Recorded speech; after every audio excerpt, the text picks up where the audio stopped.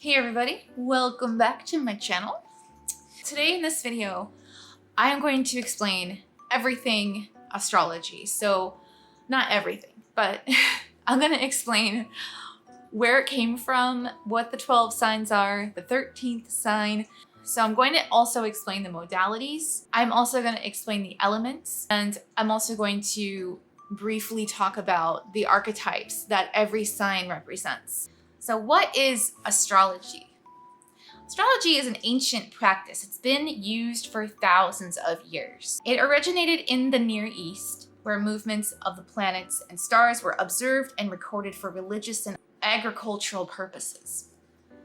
The Babylonians developed a system of astrology around 2000 BCE, dividing the sky into 12 sections called the Zodiac. The word zodiac comes from the Greek word Zodiakos Kyklos, which means circle of animals. So it's very literal. Each zodiac sign is associated with a certain personality trait and characteristic, and the zodiac is the key component of astrology. The Egyptians, Greeks, and Romans also practiced astrology. They believed that the positions of the stars and planets could have a direct impact on human affairs and humans themselves. Astrology continued to be practiced throughout the Middle Ages and into the Renaissance, but it came under increasing scrutiny during the Enlightenment period of the 18th century.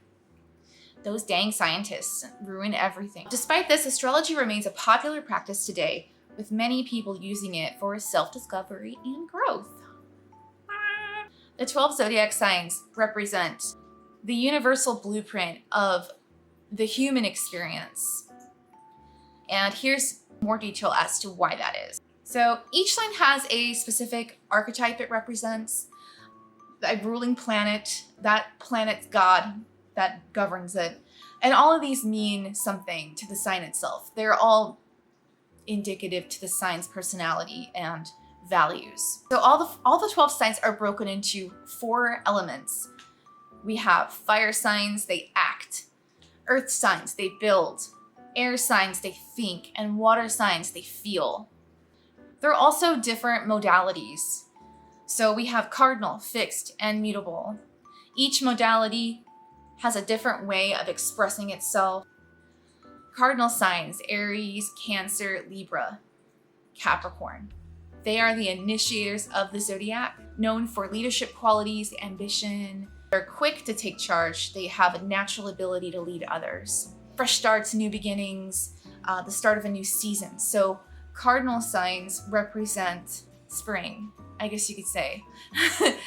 Because also these you have the initiation, and then you have the next step, which is the fixation.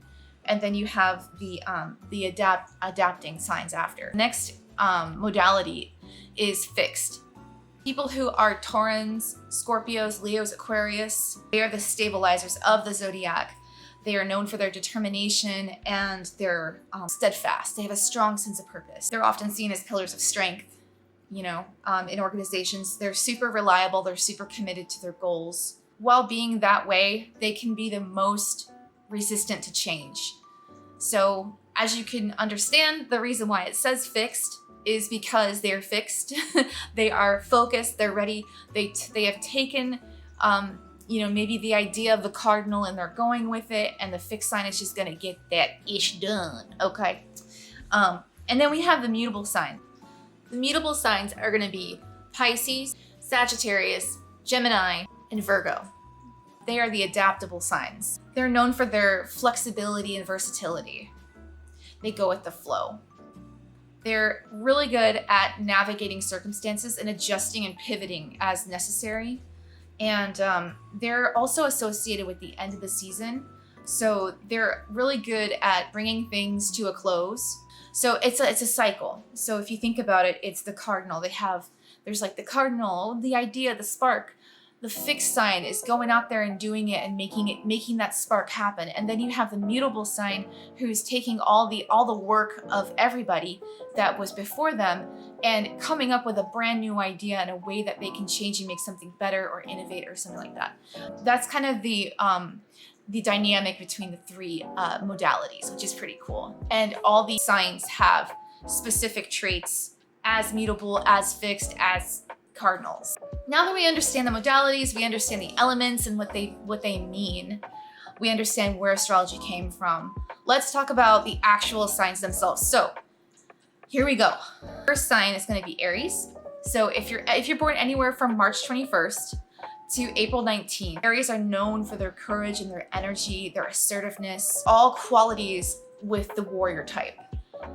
Aries is also associated with new beginnings and taking action, as of course, because it's a cardinal sign.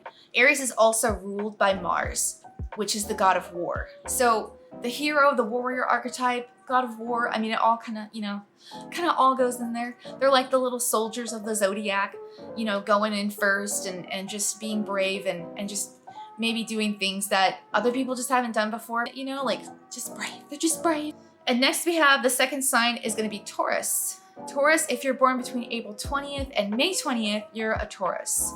Taurus is associated with the archetype of the builder. Taurus is also associated with qualities such as beauty. Taurans are very much comfort-seeking people. They don't really, and they're also a fixed sign. So because Taurans are also fixed signs, they're going to be a little bit more hesitant to change. They're going to be a little bit more stubborn, you know, kind of like set in their ways, which is that's just how it is with that personality type. I know plenty of Taurans who are like that.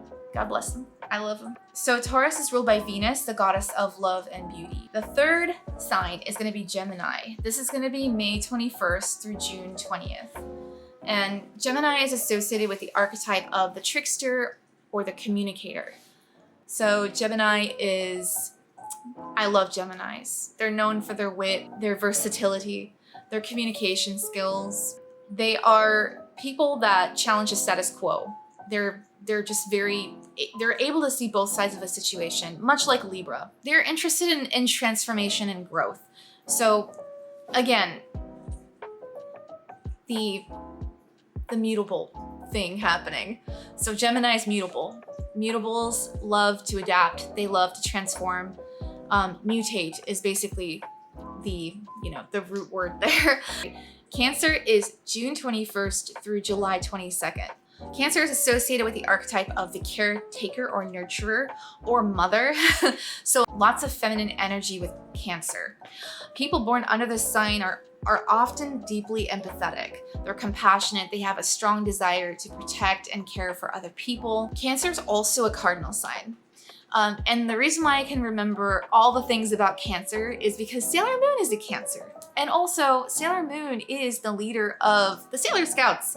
And if you think about it as a cardinal sign, in her position as her modality, she's leader. So anyway, that's just a really cool little tidbit.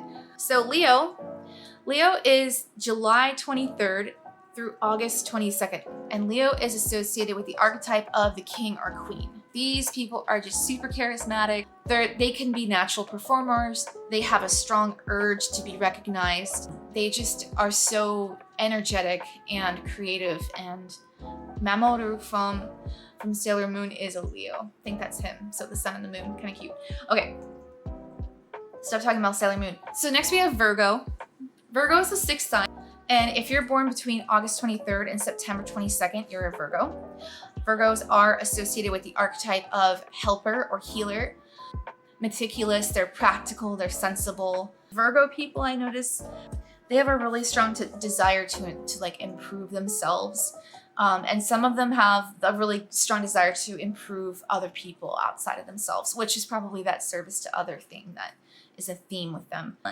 Oh, so they're ruled by Mercury right alongside Gemini. So they share. Gemini and Virgo, they share Mercury together. Next we have Libra. So if you're born between September 23rd and October 22nd, you're going to be a Libra. Libra is associated with the archetype of the diplomat or the peacemaker or the middle child. No, I'm just kidding. I'm a middle child though. People born under the sign are like really social. They're really charming. They're skilled at negotiation. They're drawn to beauty and aesthetics because they're ruled by Venus. So, you know, all things Venus. Venus loves beauty and art and sensuality and good food and stuff like that. They really, really value fairness and justice and equality. I think something that's really important for Libras is making sure that everybody's kind of on the same page and making sure there's like this harmony between people. Next we have Scorpio. Scorpio, one of the more intense signs of the zodiac, not gonna lie. If you're born between October 23rd and November 21st, you are a Scorpio. They're associated with the archetype of mystery and transformation. The reason why Scorpio is seen as transformation, mysterious, kind of like this sex and death sign is because it's actually ruled by Pluto, which is, you know, like the god of the underworld. So Scorpio is a very heavy, very deep, very misunderstood. But they are highly intuitive, they're intense, they're passionate water signs. And they're basically the investigators, the deep divers of the zodiac. They're basically little phoenixes, but there's a reason why they have a little bit of a interesting and negative connotation. Let's move on to the next sign. We have Sagittarius. Sagittarius is between November 22nd and December 21st. The Sagittarius archetype is one of my favorites because it's the explorer and it's the traveler. Sagittarian energy is all about exploration. It's all about learning new languages. The biggest planet in the solar system is Jupiter, right? So it's a giant, huge planet. And that's what Sagittarius is ruled by. So Sagittarius, big energy, very good humor. Their energy is very optimistic. So let's move on to the 10th sign. So moving on to Capricorn, we got December 22nd through January 19th. Capricorns are associated with the theme of ambition, responsibility, discipline, this really strong goal-oriented, hardworking persona to them that really makes them unstoppable. So Capricorn embodies the idea of like climbing up the ladder. So they're always just trying to be like better than yesterday, better than yesterday, better than yesterday. And they get their success by just straight up hard work, and consistency. So they're very consistent. They are ruled by the planet Saturn, and Saturn represents the god of time, Kronos. So that is their relationship there. Moving on, we're going to talk about Aquarius, the 11th sign. I know so many Aquarians, even though Aquarius is the #1 rarest sign in the zodiac. I know so many of them. Like my mom is one, my aunt is one, my boyfriend's one.